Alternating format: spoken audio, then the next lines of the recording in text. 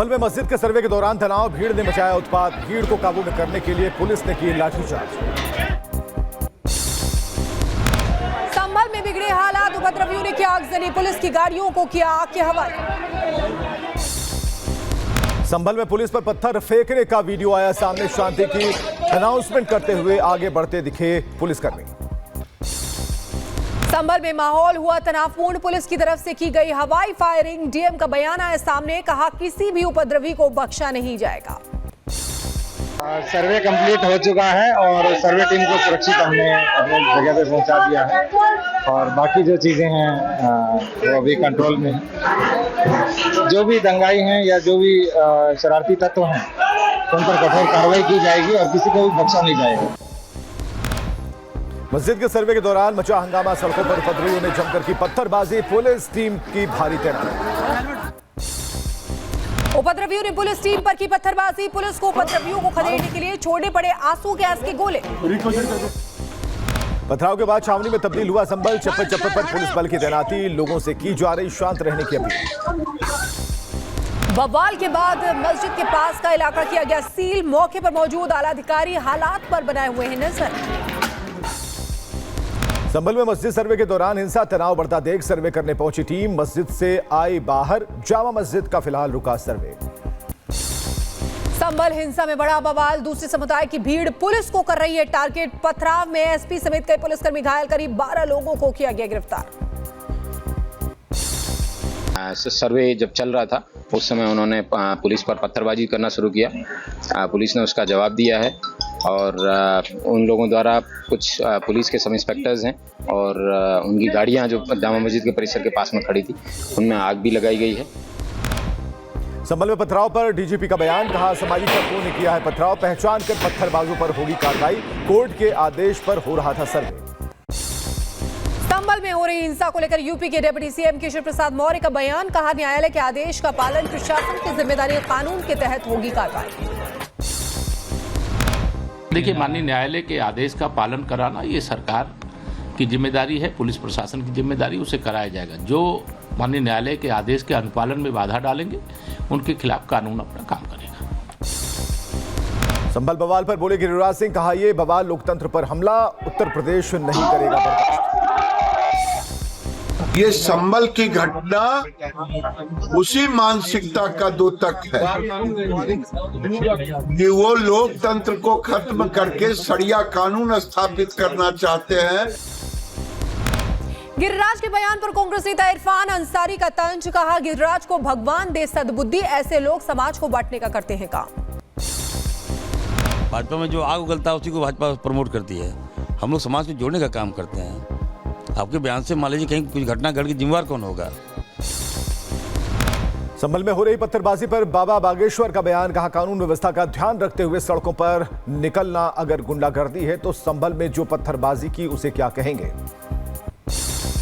सिर्फ हिंदुओं के पक्ष में यात्रा है। अब इसको अगर वो गुंडागर्दी करते कहते हैं तो जो अभी उन्होंने संभलपुर में पथराव किए, हमें लगता वो सामाजिक सौहार्दता उन्होंने की, तो ऐसी हमारी गुंडागर्दी चलती रहेगी।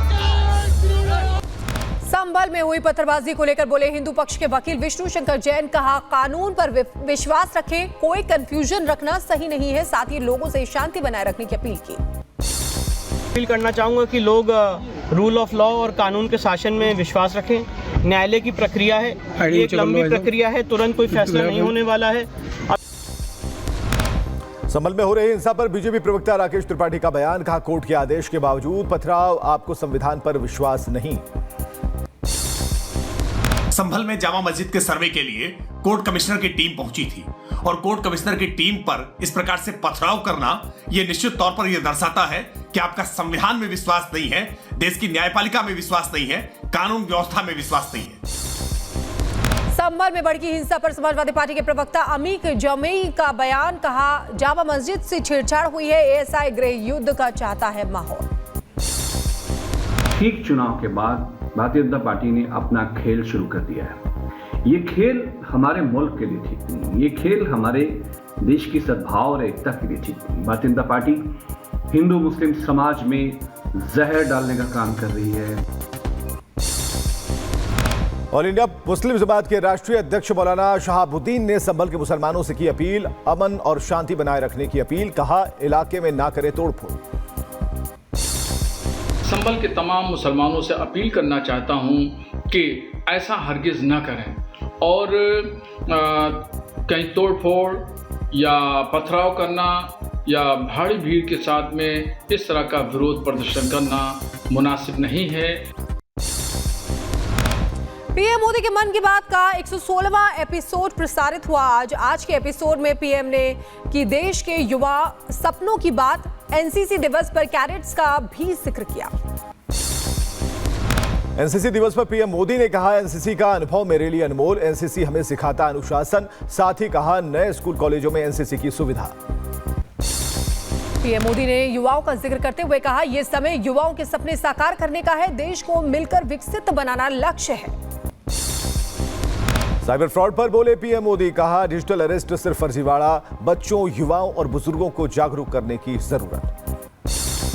पीएम मोदी ने गुआना दौरे का किया जिक्र। बोले, गुआना में बसता है मिनी भारत। साथ ही कहा, प्रवासी भारतीय गुआना का नेतृत्व करते हैं।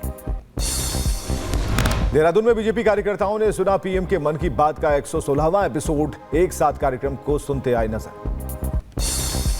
भोपाल में भी बीजेपी नेताओं ने सुना मन की बात का 116वां एपिसोड। कार्यक्रम सुनते हुए नेताओं का आया वीडियो। संसद के शीतकालीन सत्र से पहले सर्वदलीय बैठक संसद भवन में मीटिंग हो रही है। राजनाथ सिंह, किरण रिजिजू समेत विपक्षी दलों के कई नेता मौजूद। देवेंद्र फडणवीस से मिलने पहुंचे नवनिर्वाचित विधायक नीतीश राणे भी जल्द ही फडणवीस से करेंगे मुलाकात। महाराष्ट्र में महायुति की जीत के बाद लोगों में खुशी का माहौल। शानदार और ऐतिहासिक जीत के बाद नागपुर में फडणवीस का भव्य स्वागत, बधाई और जश्न का सिलसिला जारी। यूपी में बीजेपी गठबंधन की 7 सीटों पर जीत के बाद सीएम योगी ने दोहराया बटेंगे तो कटेंगे का नारा। कहा, लड़ेंगे तो लड़ेंगे, एक है तो सुरक्षित रहेंगे। देश की जनता नकारात्मक राजनीति को, बांटने वाली राजनीति को पूरी तरह खारिज कर चुकी है। इसीलिए हम कह रहे हैं कि बटेंगे तो कटेंगे, एक रहेंगे तो सेफ रहेंगे। झारखंड चुनाव के परिणाम आने के बाद बीजेपी अध्यक्ष बाबूलाल मरांडी ने हेमंत सोरेन को दी बधाई। साथ ही जनता के जनादेश को किया स्वीकार। हेमंत सोरेन को बधाई है जीत की और साथ ही झारखंड की जनता का जनादेश को हम स्वीकार करते हैं। बरेली के मौलाना तौकीर रजा का दिल्ली चलो प्लान फेल। बवाल को देखते हुए पुलिस का बड़ा कदम। दिल्ली स्थित उनके घर के बाहर पुलिस तैनात।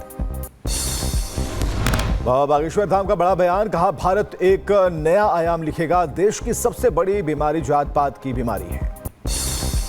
धर्म विरोधियों के लिए इन्होंने कमर कस ली है और इस देश की सबसे बड़ी बीमारी जात पात की बीमारी के लिए इन्होंने दवा निकाल ली है और वो है हिंदू एकता। जम्मू में संदिग्ध विस्फोटकों की रिपोर्ट पर सेना का अभियान जारी। अलर्ट मोड पर भारतीय सेना। मथुरा में शादी के बाद बेटी को पहली बार हेलीकॉप्टर से किया विदा। देखने वालों की लगी भीड़। हेलीकॉप्टर से अपनी दुल्हन को लेने पहुंचा था दूल्हा। रेल के सफर के दौरान टीटी की मदद से बची 70 साल की यात्री की जान। सही समय पर सीपीआर देकर बचाई जान। बाद में इलाज के लिए बुजुर्ग को अस्पताल में भर्ती कराया गया। यूपी के लखीमपुर खीरी में वन विभाग टीम को मिली बड़ी कामयाबी। पिंजरे में कैद हुआ आदमखोर बाघ। लोगों ने ली चैन की सांस। अब तक कई लोगों को बना चुका था निशाना। महाराष्ट्र के कोल्हापुर में विजयी विधायक के स्वागत के दौरान हादसा हुआ। गुलाल उड़ाने से लगी आग। बड़ी मात्रा में जेसीबी से गुलाल गिराया गया। यूपी के जौनपुर में हाईवे पर खड़ी कार में लगी आग। कार में सवार 2 लोगों ने कूदकर बचाई जान। स्थानीय लोगों की मदद से आग पर पाया गया काबू। कोलकाता के उल्टा डांस की बस्ती में भीषण आग लग गई। को लोगों में मची भगदड़। मौके पर पहुंची फायर ब्रिगेड की टीम। आग पर काबू पाने का काम जारी है।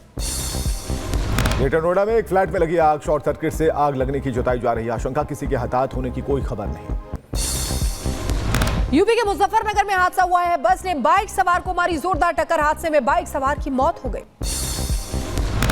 ग्रेटर नोएडा में कार और ट्रक की टक्कर। हादसे में 8 लोग घायल। घायलों को अस्पताल में कराया गया भर्ती। हरियाणा के फरीदाबाद में हुआ सड़क हादसा। बस ने ऑटो को मारी टक्कर। हादसे में 7 लोगों की मौत हो गई। दिल्ली पुलिस ने सिपाही किरणपाल हत्याकांड मामले में पुलिस और बदमाशों के बीच मुठभेड़। सिपाही की गोविंदपुरी इलाके में चाकू मारकर की गई थी हत्या। यूपी के कानपुर में मछली दाना की आड़ में गांजा की तस्करी। छत्तीसगढ़ से लखनऊ जा रही बड़ी खेप। कानपुर पुलिस ने पकड़ी है। 4 तस्करों को पुलिस ने गिरफ्तार किया। यूपी के शाहजहांपुर में पुलिस ने उत्पीड़न के चलते युवक ने पुलिस कस्टडी में खाया जहर। पुलिस महकमे में हड़कंप। इलाज के लिए शख्स को अस्पताल पहुंचाया गया। एमपी के उज्जैन पहुंचे भारतीय क्रिकेटर वैश्य विजय कुमार और मयंक अग्रवाल। महाकालेश्वर मंदिर में की पूजा अर्चना। भस्म आरती में हुए शामिल। नॉर्थ वेस्ट से आए तूफान से मची तबाही। कैलिफोर्निया में अंगूर के बागानों में भरा पानी। तस्वीरें आई सामने। तूफान बर्ट ने ब्रिटेन के कई हिस्सों में मचाई तबाही। तूफान की वजह से कई शहरों में बिजली ठप। लोगों को करना पड़ रहा है परेशानियों का सामना। जॉर्डन में सुरक्षा बलों ने इजरायली दूतावास के पास गोलीबारी करने वाले शख्स को मार गिराया। हमले में 3 पुलिस अधिकारी घायल। बार्सिलोना में बड़ी संख्या में लोगों ने किया प्रदर्शन। आवास की कमी और महंगे किराए पर किया विरोध। हजारों स्पेनियों ने निकाला मार्च। कोलंबिया में विपक्ष गुस्तावो पेट्रो की सरकार के विरोध में सड़कों पर उतर आए लोग। विपक्ष की नीतियों के खिलाफ प्रदर्शन।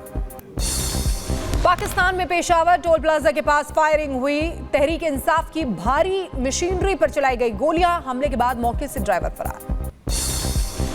पाकिस्तान में तहरीक इंसाफ के विरोध के चलते मचा हंगामा। हालात को काबू में करने के लिए सरकार ने पख्तूनख्वा और कश्मीर तक का रास्ता किया बंद। घोड़ा गली में सड़क पर डाली गई मिट्टी।